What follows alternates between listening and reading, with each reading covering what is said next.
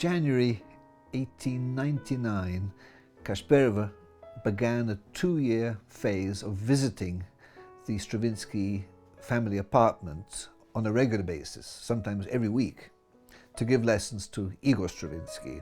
So the account books of Fyodor Stravinsky, the father of Igor, it's a record of all incomes and expenses, which is really interesting and complex source, and which give the researchers to a various level to understand how was exactly the life of Stravinsky family. Still in these books, which is quite huge and very colorful inside, because by different colors of pen, he was trying to line up which kind of events is more important. As well, Kasperova was inside in these accountant books, and we can find her life in some particular days. During that period, of course, she herself was making great strides as a composer. In 1900, she composed her piano concerto, and in 1901, she premiered the piano concerto in Moscow and also in St Petersburg. There is this remarkable parallel that Stravinsky should have chosen a piano concerto with which to launch his pianistic career. After the piano concerto come solo works, but the first work was a piano concerto, and it's interesting to look back that was precisely the genre that Kasperova herself was launching her career at when she was teaching him. Now, there's no link stylistically between Kasperova's warm and luscious romanticism and Stravinsky's icy, cold neoclassicism. There's no link there, but both composers have a particular interest in developing the left hand. The left hand in Stravinsky's piano music is notoriously difficult, as it is, pianists have found, in Kasperova's music. It's extremely difficult. It's very wide spacing.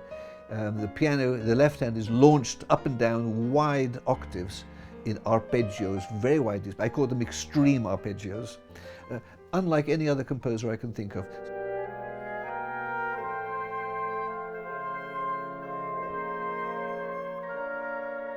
I learned to play the Mendelssohn G minor concerto with Kashperova and many sonatas by Clementi and Mozart, as well as sonatas and other pieces by Haydn, Beethoven, Schubert and Schumann.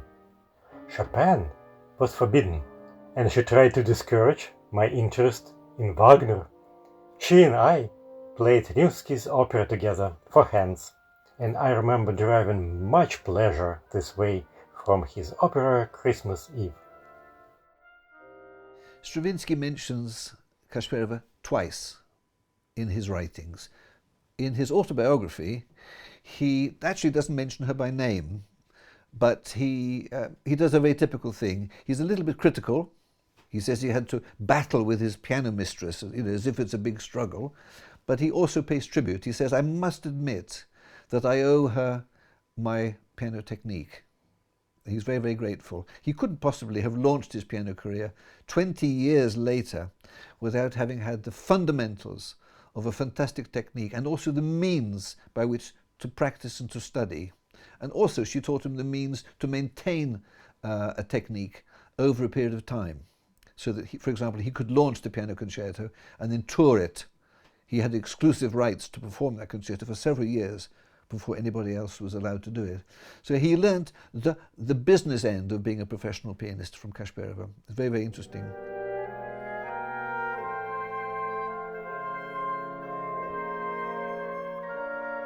Kasperova's only idiosyncrasy as a teacher was in forbidding the use of the sustaining pedal. I had to sustain with my fingers, like an organist. An omen, perhaps, as I have never been a pedal composer.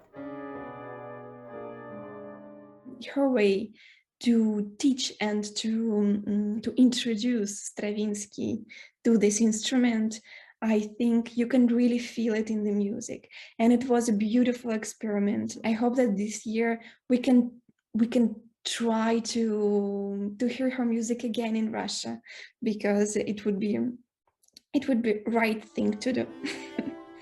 It was a great surprise one day working in the archive in Moscow, to discover the score of the piano concerto.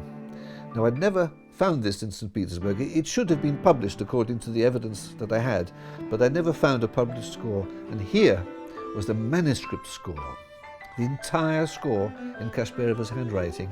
I just couldn't wait to bring it back, to show it to my colleagues at Boosey Hawkes and to try and persuade them if they would be interested in publishing it.